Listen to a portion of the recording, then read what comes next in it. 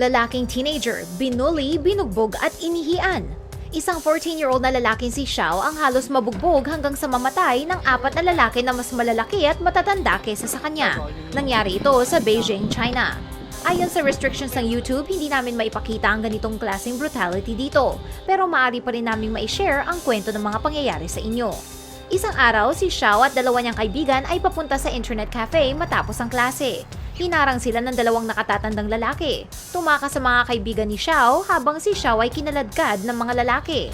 Dinala nila si Xiao sa isang field kung saan naghihintay sa kanya ang 15-year-old na si Kuo. Noong grade 3 pa lang si Xiao ay kilala na niya si Kuo na kilalang bully na nambubugbog ng mga bata at kinukuha ang mga baon na pera ng mga ito. Noong April, nakita ni Xiao si Kuo na binubugbog ang mga batang hindi niya kilala. Nang naaresto si Kuo ay sinisi niya si Xiao sa pagsumbong sa pulis. Ngayon ay gustong gumanti ni Kuo, isang lalaki ang nag-videotape ng asulto na tumagal ng 9 na minuto. Pagkatapos ng asulto ay nawalan na ng malay si Xiao at halos nawalan na rin ng buhay. Bilang pagtatapos ay inihian ng mga lalaki ang mukha ni Xiao. Si Kuo at ang mga lalaking kasamahan nito ay iniwan si Xiao sa eksena para mamatay.